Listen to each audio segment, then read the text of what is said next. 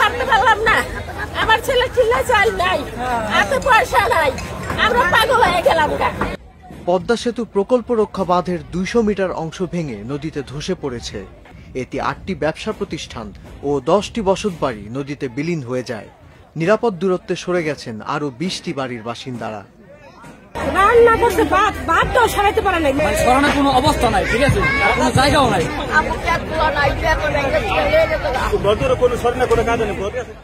7 জুলাই শরীয়তপুরের জাজিরা উপজেলার নাওডোবা ইউনিয়নে এ ভাঙন দেখা দেয়।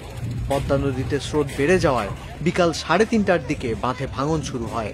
আতঙ্কিত হয়ে পড়ে এলাকার মানুষ।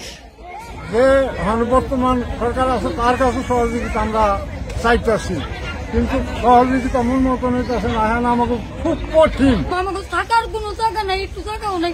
আমরা পরের জায়গায় থাকি, ওখানে যদি আমরা কই যাবো, আমাকে জায়গা নাই। এর আগেও ওই বাঁধের আরো 200 মিটার অংশ পদ্মা নদীতে বিলীন হয়ে গিয়েছিল। এরপর ওই স্থানে বালু ভর্তি জিও ব্যাগ ফেলে ভাঙন ঠেকানোর চেষ্টা করে পানি উন্নয়ন বোর্ড। পদ্মা নদীর প্রকল্প এলাকাকে নদী ভাঙন থেকে বাঁচাতে 2 কিলোমিটার এলাকায় 110 কোটি টাকা ব্যয়ে নদী তীর রক্ষা বাঁধ নির্মাণ করেছিল বাংলাদেশ সেতু কর্তৃপক্ষ। পরে ওই বাঁধের সঙ্গেই নদী শাসনের বাঁধ সংযুক্ত করে দেওয়া হয়।